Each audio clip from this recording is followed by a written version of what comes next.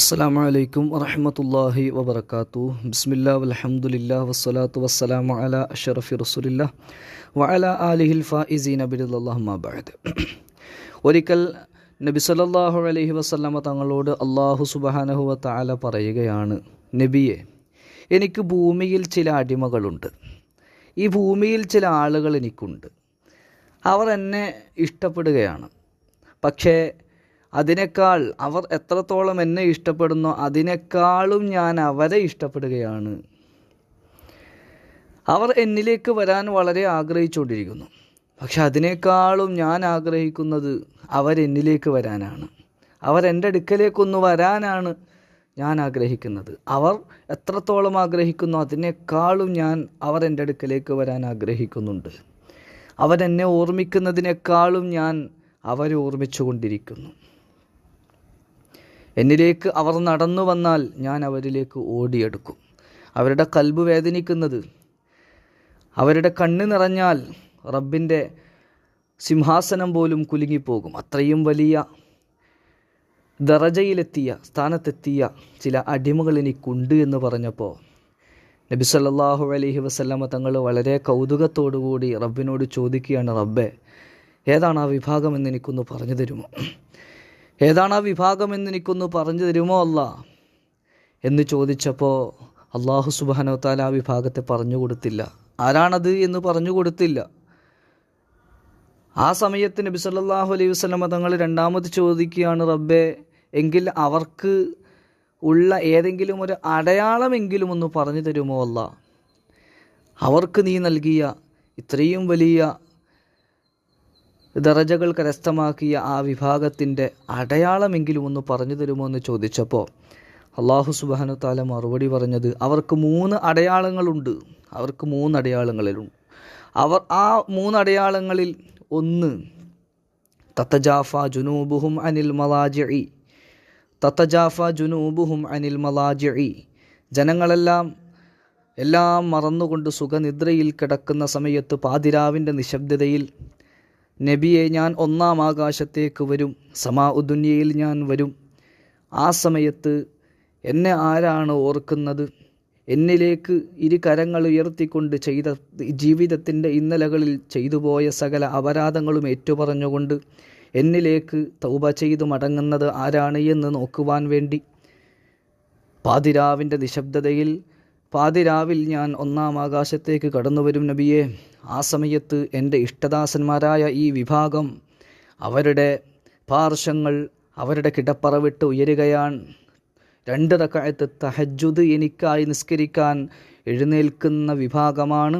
അതിൽ ഒരു അടയാളമെന്ന് അല്ലാഹു സുബ്ഹാനഹു വ തആല പറഞ്ഞു കൊടുക്കുകയാണ്. ഇത് അല്ലാഹു സുബ്ഹാനഹു വ തആല നേരിട്ട് റസൂലുള്ളാഹി സ്വല്ലല്ലാഹു അലൈഹി വസല്ലം തങ്ങൾക്ക് കൈമാറിയ മെസ്സേജാണ്. അതുകൊണ്ട് നമ്മൾ മനസ്സിലാക്കേണ്ടത്, ഈ തഹജ്ജുദ് എന്ന് പറയുന്നത് എല്ലാ ആളുകൾക്കും ചെയ്യാൻ പറ്റുന്നൊരു സംഗതിയല്ല. നമ്മൾ വിചാരിക്കും, പക്ഷേ ശൈത്താൻ സമ്മതിക്കൂല. ആ സമയത്ത് എഴുന്നേറ്റ് കൊടും തണുപ്പിലൊക്കെ വുളു എടുത്ത് അള്ളാഹുവിന് വേണ്ടി ഒന്ന് സുജൂദ് ചെയ്യുന്നത് ചെറിയ കാര്യമൊന്നുമല്ല. അത്രയും ഹൃദയത്തിൻ്റെ അടിത്തട്ടിൽ നിന്ന് അള്ളാഹുവിനോട് അഭേദ്യമായ വളരെ ആത്മാർത്ഥമായ ഹുബ്ബ് ഉള്ള ആളുകൾക്ക് മാത്രമേ അതിന് സാധിക്കുകയുള്ളൂ. അതുകൊണ്ട് തഹജ്ജുദ് നിസ്കാരം നമ്മുടെ ജീവിതത്തിൽ നമ്മൾ പ്രാവർത്തികമാക്കണം. നമ്മുടെ ജീവിതത്തിൻ്റെ ഒരു കെടാവളക്കായി നമ്മളത് കൊണ്ടുപോകണം. മഹാനായ അബൂ യസീദുൽ ബിസ്താമി റളിയല്ലാഹു തആല അൻഹു തഹജ്ജുദ് ചെറുപ്രായത്തിൽ തന്നെ തഹജ്ജുദ് തുടങ്ങിയ ആളാണ്. ആ തഹജ്ജുദ് ആരംഭിക്കാൻ അതിൻ്റെ പിന്നിലൊരു സംഭവമുണ്ട്. എല്ലാ ദിവസവും പിതാവിൻ്റെ കൂടെ അബൂ യസീദുൽ ബിസ്താമി റളിയല്ലാഹു അൻഹു കിടന്നുറങ്ങുമ്പോൾ എല്ലാ ദിവസവും പാതിരാത്രിയിൽ ഉപ്പ എഴുന്നേറ്റ് നിസ്കരിക്കുന്നത് കാണും. അപ്പോൾ ഒരു ദിവസം മഹാനവറുകൾ ഉപ്പയോട് ചോദിച്ചു, ഉപ്പ, എന്തുകൊണ്ടാണ് ഉപ്പ മാത്രം ഇങ്ങനെ എല്ലാവരും കിടന്നുറങ്ങുമ്പോൾ ഇങ്ങനെ നിസ്കരിക്കുന്നത് എന്തേ എന്ന് ചോദിച്ചപ്പോൾ ഉപ്പ മോനോട് പറഞ്ഞത്, മോനെ, ഉപ്പ തഹജ്ജുദാണ് നിസ്കരിക്കുന്നത്. അത് നിസ്കരിക്കുന്നതിൻ്റെ കാരണം, ജീവിതത്തിൽ ഒരുപാട് തിന്മകൾ ചെയ്തു പോയിട്ടുണ്ട്, ഒരുപാട് അപരാധങ്ങൾ ഞാൻ പ്രവർത്തിച്ചു പോയിട്ടുണ്ട്. ഇതൊന്നും പൊറുപ്പിക്കാതെയാണ് ഞാൻ കണ്ണടയുന്നത് എങ്കിൽ നാളെ ആഖിറത്തിൽ പരലോകത്ത് ജനലക്ഷങ്ങൾ ഒരുമിച്ച് കൂടുന്ന പരലോകത്ത് ഞാൻ പോയി നിൽക്കുമ്പോൾ ഈ തെറ്റുകളുമായിട്ടാണ് ഞാൻ എൻ്റെ റബ്ബിനെ കണ്ടുമുട്ടുന്നത് എങ്കിൽ എന്നെ അള്ളാഹു സുബ്ഹാനഹു വ തആല നരകത്തിലിട്ട് അവിടുന്ന് വെന്ത് ഉരുകേണ്ട ഒരു സാഹചര്യം എനിക്ക് വരും. അതുകൊണ്ട് അള്ളാഹുവിനോട് പറഞ്ഞ് പൊറുപ്പിക്കാൻ വേണ്ടിയിട്ടാണ്, ആ നരകശിക്ഷയിൽ നിന്ന് സലാമത്ത് കിട്ടാൻ വേണ്ടിയിട്ടാണ് ഞാൻ ഈ പാതിരാത്രിയിൽ പോലും ഇങ്ങനെ ഇബാദത്ത് ചെയ്യുന്നതെന്ന് പറഞ്ഞപ്പോൾ അബൂ യസീദുൽ ബിസ്താമി തങ്ങൾ തിരിച്ചു ചോദിക്കുകയാണ്, ഉപ്പാ അപ്പോൾ എനിക്ക് നിസ്കരിക്കണ്ടേ? ഉപ്പാക്ക് മാത്രമാണോ നിസ്കാരമുള്ളത്? എനിക്കും നിസ്കരിക്കണ്ടേ? അപ്പോൾ ഉപ്പ പറയുന്നു, മോനെ അല്ല നരകത്തിലൊന്നും ഇടൂല, അതുകൊണ്ട് മോനിക്ക് നിസ്കാരം ഇപ്പോൾ നിർബന്ധമില്ല. ഉപ്പ പറഞ്ഞത് ശരി തന്നെയാണ്. അപ്പോൾ മോനെ നരകത്തിലൊന്നും ഇടൂല എന്ന് പറഞ്ഞപ്പോൾ ഇതിന് ശേഷം മഹാനായ അബൂ യസീദുൽ ബിസ്താമി റളിയല്ലാഹു തആല അൻഹു ഉപ്പയോട് ചോദിച്ച ചോദ്യമാണ് പിന്നീട് ആ ജീവിതത്തെ മാറ്റിമറിച്ചത്. മഹാനവറുകൾ ചോദിക്കുകയാണ്, ഉപ്പ അല്ലല്ലോ, അങ്ങനെയല്ലല്ലോ, ഇവിടുന്ന് ഞാൻ ദിവസവും കാണാറുണ്ട് എൻ്റെ ഉമ്മ പാചകം ചെയ്യാൻ വേണ്ടിയിട്ട് അടുപ്പിലേക്ക് വിറക് കയറ്റുമ്പോൾ വലിയ വലിയ വിറകുകൾ വെക്കുന്ന കൂട്ടത്തിൽ തീ ഒന്നുകൂടി ആളിക്കത്താൻ വേണ്ടിയിട്ട് ചെറിയ വിരലുകൾ കൂടി ചെറിയ വിറകുകൾ അതിൻ്റെ ഉള്ളിലേക്ക് തിരികെ കയറ്റുന്നത് ഞാൻ കാണാറുണ്ടല്ലോ ഉപ്പ. ആ ചോദ്യം കേട്ടപ്പോൾ പിതാവ് ഞെട്ടിപ്പോയി.